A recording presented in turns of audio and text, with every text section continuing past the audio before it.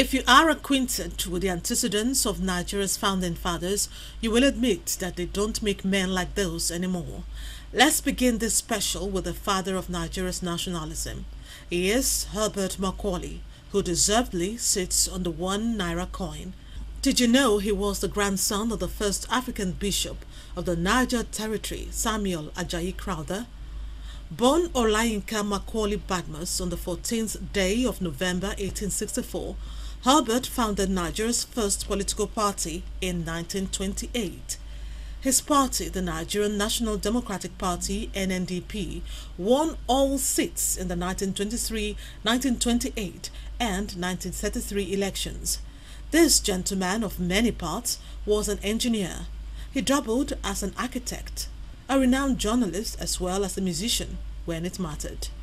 Above all else, Sir Herbert was a politician of high repute. Perhaps his many successes in that regard earned him the air of mistaken arrogance that caused many to be in awe of him. This actual footage of the statesman proves that much.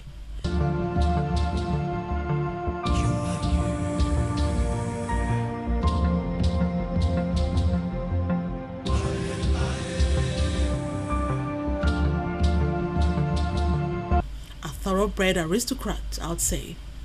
In 1944, Macaulay's quest for an independent Nigeria reached fever pitch when he crossed paths with another nationalist, Nnamdi Azikiwe. Together, they formed the National Council of Nigeria and the Cameroons, NCNC, a formidable political party.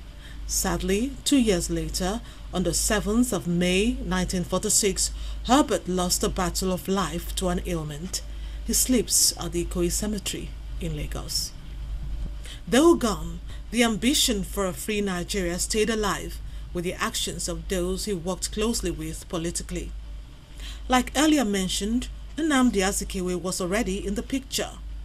Born on the 16th of November 1904 in Zungeru, Niger State, to parents of Igbo extraction, this product of Lincoln University, United States, went on to establish the first indigenous newspaper in Nigeria, the African Pilot, in 1937.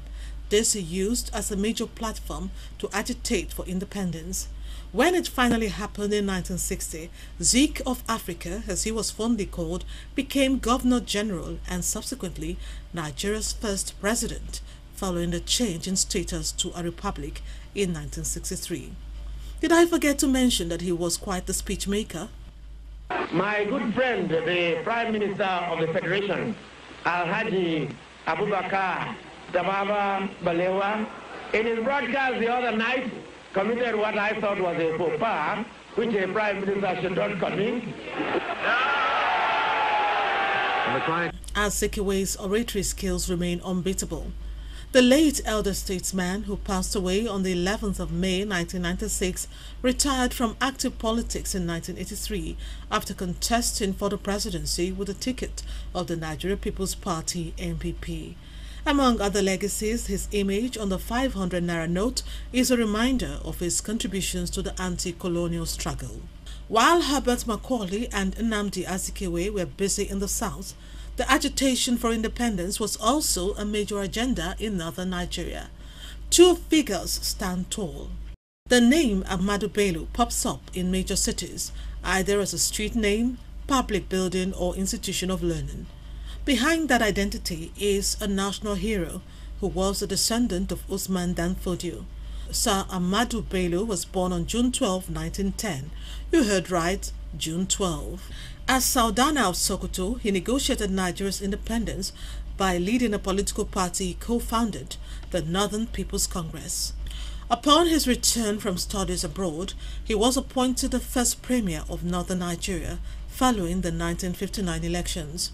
Bello's MPC and Zeke's NCNC proceeded to forge an alliance to push for independence. His greatest legacy was the modernization and unification of the diverse people of the North. I would rather live here amongst my own people and carry my traditional title than an imported one. Sir Ahmadu Bello fell in the military coup of January 15, 1966. The 200 naira note bears his portrait. Ahmadu Bello's story is intertwined with that of Alhaji Sir Abubakar Tafawa Balewa.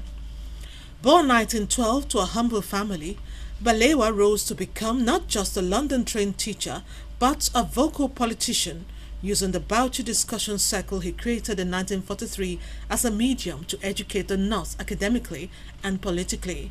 Balewa entered government actively in 1952 as Works Minister. A major leap forward came in 1957 when he was appointed Chief Minister after a successful coalition of the MPC and NCNC. When independence materialized in 1960, Balewa emerged Prime Minister. For his exceptional leadership qualities, he was knighted by Queen Elizabeth of England as a Knight of the Commander of the Order of the British Empire. Really to devote all our resources to the advancement of mankind by applying those eternal truths which will inevitably persist long after we ourselves are utterly forgotten. Like Ahmadu Bello, Abubakar Tafawa Balewa was killed in the 1966 coup. He is a hero on the 5 naira note. Now, this epistle will not be complete without Chief Obafemi Jeremiah Awolowo. It would take volumes to talk about this national legend. I will therefore highlight some landmarks. Awolowo was born on the 6th of March 1906 in Ikenne, Ogun State. He began his checkered career as a teacher and moved on to work as a journalist for the Nigerian Times. After being called to the London bar in 1946, Awolowo returned to Nigeria and established the Nigerian Tribune in 1949. That publication was adopted as a tool to spread the nationalist campaign among Nigerians. Politically, Awo was instrumental to the formation of the Action Group AG in 1951, which strategically connected with Ahmadu Bello's MPC and Azikiwe's NCNC, with the common aim of achieving a free country.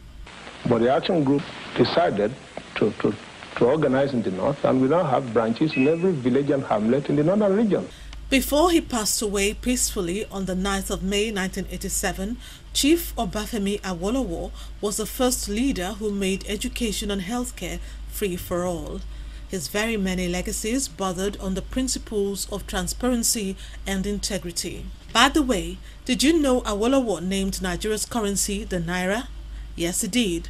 It's only fair that he gets his face on one of the currencies. It happens to be the 100 Naira note. There were other major contributors to Nigeria's jubilee.